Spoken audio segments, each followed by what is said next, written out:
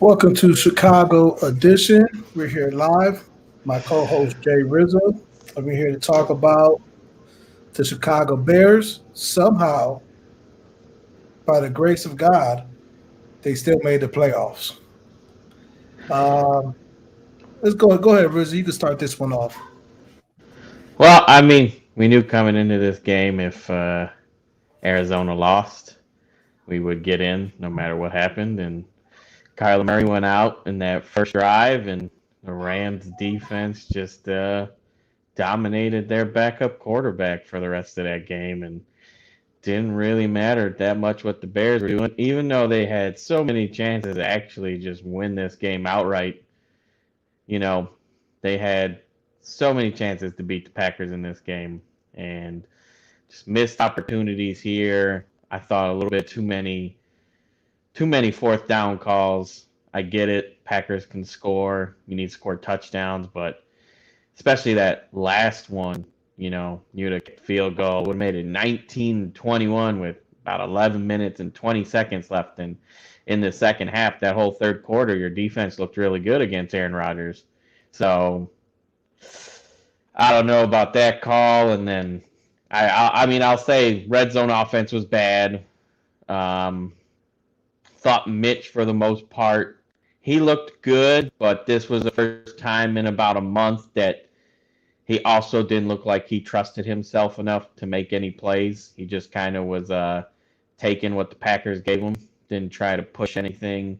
Didn't look like he did in the last four games. And then I'll say that the Packers are a better team than the other teams we've played for sure, but I don't know, man. Definitely some strange play calling at points in this game, as we've been accustomed to with Nagy and whoever else is calling plays right now. I don't know who's actually calling them anymore, but had some weird play calls happening, and the defense was didn't wake up till the second half, really, the first half, and then after the third quarter it was over after they gave up the touchdown and went down after that drive that they went for it on fourth and didn't get it.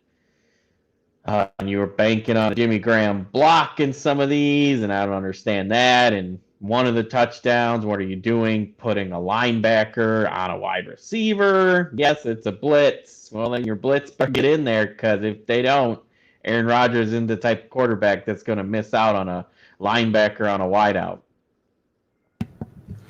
Right. Yeah, a lot of the mistakes I saw today were. It seemed a lot of X's and O's. It also looked like Matt Nagy took over play calling again, the way how the game was going with the plays they were calling, and he did commit it to the run though, which is outside of Matt Nagy's norm because Montgomery did have 22 rushes. But again, it felt like there was one series where they go and the running game was doing good, and the running game got us. This is in the first half, and the running game got us a opening drive touchdown. And then we go back, next drive we go and first down he automatically passed, and then Trubisky gets sacked because again Jimmy Graham is out there blocking. I don't know. Jimmy Graham cannot block. When he was in his prime, he couldn't block. So I don't know why they think he could block when he's in his downward slide of his career. So they got a sack. So it was 2 and 14. Then they go and pass it again, and saying a little dump off pass, and then it just that just killed the whole drive. And like I'm thinking to myself, okay, it's 2 and 14. You're saying they got your guys beat on the outside. Like just run the ball. They're not going to expect it. And the Packers suck at running. I'm saying they probably have one of the worst run defense ever. And but yeah, I don't know. I don't know. It's just a lot of the fourth downs were uncalled for. With the defense that we have, playing field position is key. Saying give the saying put the Packers in a worse position. But the make Aaron Rodgers drive downfield, saying? Because the defense, like you said, we're playing good or we're playing great until a certain point. They're like, you know what? We can stop giving an effort because the offense can't move the ball again. You're saying we can't score again in red zones. Just a lot of stuff, man. Just a lot of stuff that has been the issue since the beginning of the season. We can't score in the third quarter. We can't score in the red zone. We get too committed to the pass. We going for it, making bad calls, going for it on fourth down. And somehow the Bears still made the playoffs due to the Rams defense. Literally outscored Arizona's offense. They had like a safety. They also had a touchdown. I think Arizona only finished the game with 7 points. Or yeah, they only finished the game with 7 points. So it was 18-7, Rams versus Cardinals, and the Rams had a backup quarterback because Golf was injured, and they had this other guy came in, and he managed the game for them. Well, it's pretty easy when saying your team shut out the other team, especially when Kyle Murray was out. He did came back in the game, but at that point the game was already over. And I don't know. I think the Packers end up with the win. They end up securing the number one seed. I believe the Saints secured the number 2 seed with their win against Carolina. And then, so the number 3 seed will be Seattle Seahawks. So the way the playoff picture is looking right now, the Bears will face the Saints, which we played earlier this year, which we did lose to them. But it could have been we did lose to them. We had Nick Foles at quarterback at that time. Nick Foles was quarterback at that time. And there was just a lot of plays or a lot of missed opportunities at the time. That's when the Bears were still trying to find their identity, still trying to find themselves in the middle of the season. That was that rough span where we had a 6-game losing streak. And somehow, Nick Foles got injured or got benched, however you want to look at it. And then the Bears went back to Trubisky, and then they end up winning a couple games and had help by the Cardinals losing a few games at the end of the seasons, which got us back in the playoffs. So that looks like that. So the Bears will most likely play the Saints. It should be a good matchup. It will be in the dome. It should be great for our pass rusher Robert Quinn and Khalil Mack because they'll definitely perform better on turf than they do in shoulder field because we probably have one of the worst field known to man. And then the Rams versus the Seahawks, that's a divisional game. Those are always good to watch. So the NFC could still be wide open. It could be some upsets. It could definitely be some upsets with the Rams upsetting the Seahawks, and the Bears have a chance to upset the Saints if coaching gets their act together. Definitely coaching needs to get their act together. Look like Rizzo's having some audio technical difficulties. What else? I don't know. Definitely didn't want the Bears to win out. Definitely didn't want the Bears to make the playoffs. We're still having all the same issues we had in the beginning of the year. They still ain't answered. And we're going to have another year with this coaching staff. We're going to have another year with Ryan Pace as GM. And we might even sign Mitch Trubisky to a long-term extension due out of necessity because, one, he knows the offense. He knows the guys. The front office drafted him. So they're committed to him. The coaching staff, you're saying they really, as far as available options, we went over the last episode, there's really nobody that's really better than Mitch Trubisky that's available. That's including the draft where the Bears will be drafting that. Unless you go full rebuild and destroy, like if you trade Khalil Mack and move up in the draft to get, maybe a Justin Fields. Or Trey Lance, I guess, as quarterback. But I don't see this QB class being great outside of Trevor Lawrence. Yeah. Rizzo, you back? I think so. Can you hear me? Yeah, I hear you fine. Yeah, sorry. Technical difficulties over here. Yeah. Yeah, I mean, if you're just talking about what were you talking about? You thinking about what the So I was Bears saying, should do well, about it in the off season? no, not obviously. I'm just saying we're just stuck. I didn't want them to win out, and I didn't want them to make the playoffs for the simple fact that we're going to have another year with this coaching staff, another year with this front office, and most likely Trubisky earned his way to an extension due to the necessity because there really isn't that many options or many options greater that's better than Trubisky that's out there. Oh no, yeah, we talked about that in the last one. I agree with you. Um, no, best bet. Mitch kind of proved that he should get another shot for sure. Um, I don't know. Do we have? Would Nick Foles still be the backup? I don't even know. Or do they just have him for 1 year? No, Nick Foles' contract is still for another 2 more years after this year. So you got your two QBs. So I mean, like I said, Mitch should start again next year, no matter what. There's nothing better out there right now, and there's nothing other than at the top of the draft. I feel that makes sense for anybody to go do and get. Which, if you're going to move up, you'd have to trade Mac. Like you said, I agree. You don't really have any other pieces because Robinson's not on contract. He would be a piece that maybe you can move, but yeah, I mean, just looking ahead next week, it looks like we're going to probably play the Saints, right? Yeah, the Saints. So the setup right now, Packers secured the bye week. Saints are number two. Seahawks is number three. And then 4-5. Whoever win, if Washington wins, they're in. If they lose, the Giants are in the fourth spot, right, and they play the Bucks. right. So that's Bucks are just gonna dominate that game. And then it'll be the Seahawks versus the Rams. hmm So, yeah, So I mean, out of the teams that we could have played, obviously, and everybody wanted to play the NFC East team if they could, but the Bucks pretty much had that locked up unless they blew their game today. You know, um, so I guess out of them, if it was Seattle or if it was the Saints, yeah, that's who I'd want to play. Would have been the Saints. I mean, I don't want to go to Seattle normally.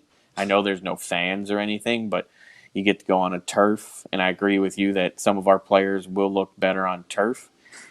But I will also say that New Orleans does pretty well in that building as well, where they look way worse when it's a regular. Like, I would have loved it if they were coming here. Then I would actually have us favored, even if we were the lower seed, because them playing outdoors in the cold is not to their liking. But I mean, the Saints haven't. Yeah, I agree with you. I don't know if I'll say they're completely weak. They have a really good defense. I give them that. Their defense played well all season, but it is beatable. They are susceptible to big plays. So I hope that the Bears take more chances with that and look downfield a little bit more because they got to take some chances that way. They can't do the dink and dunk stuff that they were doing today. They got to kind of look for the bigger plays because that secondary tends to give them up. Um, and then just otherwise on defense, you got to shut down the run. Shut down the run, force the game into Drew Brees' hands. He's not the same Drew Brees that he used to be. Put the pressure on him. Take Kamara out of the game. Take Latavius Murray out of the game. Put the pressure on that passing game and see what can happen. But we got to have big games from Khalil Mack and the defense. The defense has to show up. The defense still has to be the leader of this team like it was supposed to be for the whole season. The offense has yeah, been good for the last 4 weeks. Don't get me wrong, but you don't want to get in a shootout with the Saints. Make it an ugly defensive game, and you might be able to pull an upset here. I don't know. I'm not going to call for it. I would still say that if you're just asking me overall, I feel like the Saints are the ones that are probably going to win this game. Just I don't know. The Bears are 1-6 now after this loss against teams with records over 500. right, right. So Yeah, the Saints are definitely beatable. That secondary is horrible. The Saints secondary is horrible. Every like Allen Robinson, Mooney, and Miller are unguardable in that Saints. Nobody in that Saints secondary could guard any of those guys. Um, I wonder if Waquan Smith will be back and ready for that playoff game because he wasn't in today. yeah, I didn't hear what the injury was or anything. So that is concerned. But I do see, again, this is dealing with coaching. I do see Alvin Kamara killing and not necessarily through the run game. It's through the passing game. Because last time we played them, for some odd reason, our defensive coordinator had Khalil Mack and Robert Quinn guarding Alvin Kamara, which makes no sense whatsoever. You know what I'm saying? And I could see them doing dink and dunks plays and killing the Bears defense that way due to the simple fact that again X's and O's is just like against this Packers game we had a lot of opportunities to beat them like you stated earlier, but it was just those X's and O's that killed us. Yeah, I mean, it was X's and O's, and then it was like second half, defense showed up. They were playing their asses off, finally, after a terrible first half, I thought. And you had there were like 2 to 4 times that I saw in the second half that you could have had interceptions off of Aaron Rodgers. And he's the type of quarterback that you can't keep giving chances. You got to take advantage when he makes a mistake. And Right, the defense just did not capitalize on those. You can't keep dropping. It's going to be the same thing with the Saints. You gotta, if Drew Brees makes a mistake, capitalize on it. right. You have to take those turnovers, man. I mean, also the offense and the play calling, they need to capitalize in the red zone. It's been all year like this. It's been not even all year. It's been Matt Nagy's total tenure for the Chicago Bears, and he's supposed to be this offensive guru. That's what you was hired for. You said, and you stated yourself, Matt Nagy, that you was here not to run the I formation. Okay, you're not running the I formation, but man, you need to be able to score in the red zone because this is getting ridiculous. I This mean, is, it's looked better in weeks, but yeah, overall for the season, it's not been that great. I mean, I will say that we were talking about Graham earlier. That's the only package he should be in on. When you get inside the 20, you can bring Jimmy Graham out. He's a good weapon. They have to respect it. You know, he catches touchdowns. That's about it. But you can't use him in other spots like you did today where you're trying to have him block and do other things like these. He's not a guy who can be out there every play anymore. You know, he's not dynamic enough. You just have to keep him in the red zone. That's what he's there for. He will get respected. He will take a defender at least. So even if you don't use him, he's at least a decoy, and it opens up some other stuff on the field for other people. I mean, I liked what I saw about Mooney today, and I've liked what we've seen from him all season. I really think he's been the second best receiver to Allen all year. Miller's just too inconsistent right now, and I don't know if he's ever going to get right. So Mooney, Robinson, Komet's come on of late. Start right, using those guys. Although you can't have that damn fumble he had, man. Like that's ridiculous. You can't do these kind of things with the offense that we have. Like our offense has gotten better as the year has went, and we looked good in this last month. But you can't make these kind of mistakes in big games against good teams because they capitalize on them. And this is going to be a playoff game. You can't have fumbles after you catch the ball. You can't have drop passes. You can't have that terrible red zone pass that Mitch had that wasn't picked off. You can't have these kind of like just mistakes anymore like this, especially going into the playoffs. right. And all these mistakes seem fixable, but I don't know what the Bears do in practice. I don't know what they do in film studies. I don't know if they even have a walkthrough because at this point, everybody's making the same mistakes all year long.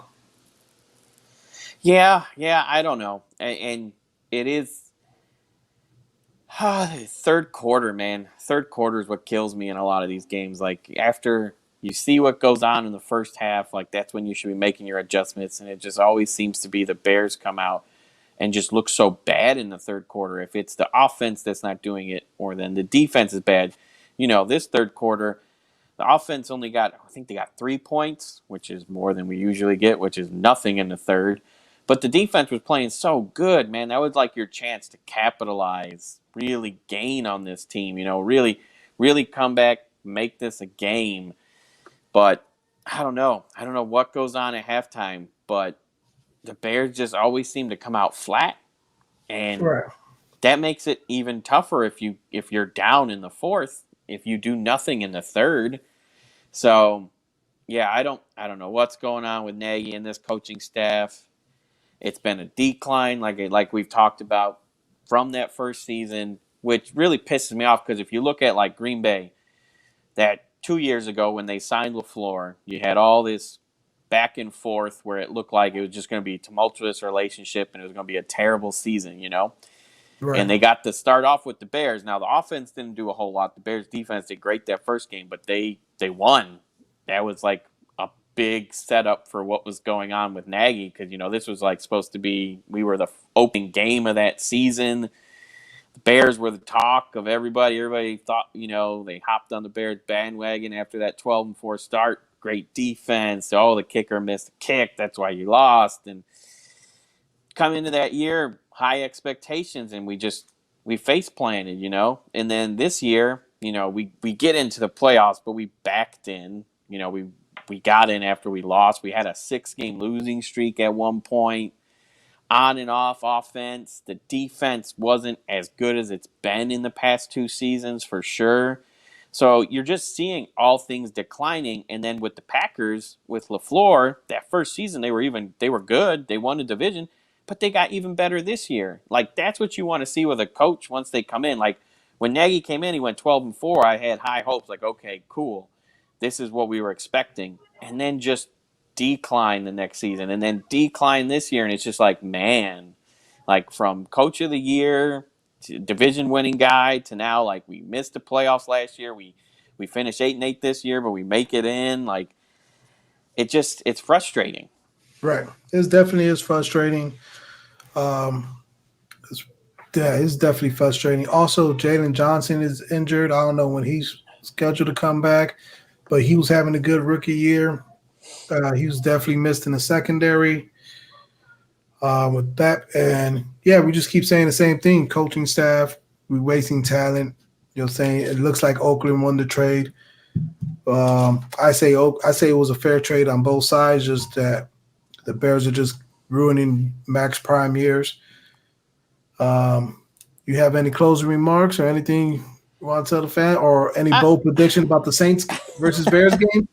I mean, like as a Bears fan, I mean, obviously be happy we're in the playoffs, so you have a shot, you have a chance. If you get in, you have a chance. Anything can happen once it's the playoffs. Nobody knows 100% what's gonna go on. I mean, if you're asking me just like prediction, I mean, I think the game will be closer than some people think. I don't know what the spread will be, but I think the Bears will keep it somewhat close.